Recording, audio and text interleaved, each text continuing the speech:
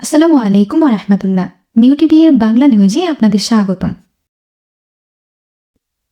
Camp 8 তে সক্রিয় শক্তিশালী মাদক ও সন্ত্রাসী সিন্ডিকেট।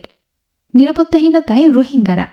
উকিয়ার রোহিঙ্গা ক্যাম্পগুলোতে দিন দিন বেপরোয়া হয়ে উঠছে অপরাধী চক্র।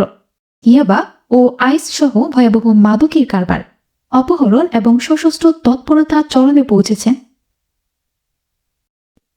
সাধারণ রোহিঙ্গাদের অভিযোগ, স্থানীয় অপরাধী চক্রের সাথে কথিত সন্ত্রাসী সংগঠন রাখাইন আর্মি এর এজেন্ট এবং আরএসও এর নামধারী কিছু ব্যক্তি যুক্ত হয়ে ক্যাম্পের পরিবেশ অশান্ত করে তুলছে।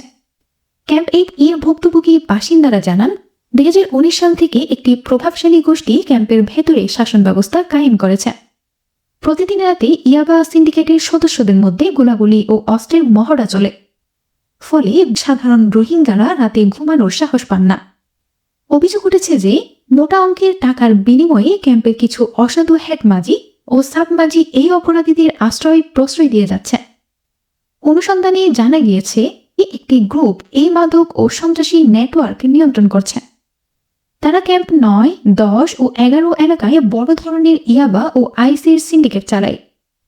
তাদের বিরুদ্ধে রাখাইন আর্মির এজেন্ট হিসেবে কাজ করা এবং ক্যাম্প থেকে অবৈধভাবে টাকা তোলার অভিযোগ রয়েছে।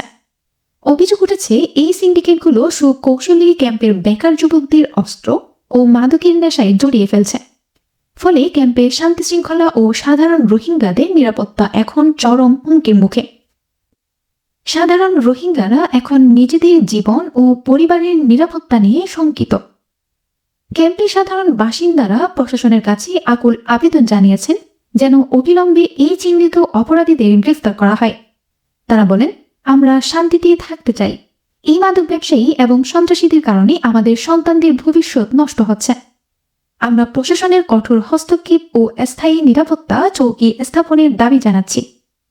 এখন দেখার বিষয়, শরণার্থী ক্যাম্পগুলোতে আইন শৃঙ্খলা রক্ষাকারী বাহিনী এই শক্তিশালী মাদক ও সন্ত্রাসী সিন্ডিকেট নির্মূলে কী ধরনের কার্যকর পদক্ষেপ গ্রহণ করে।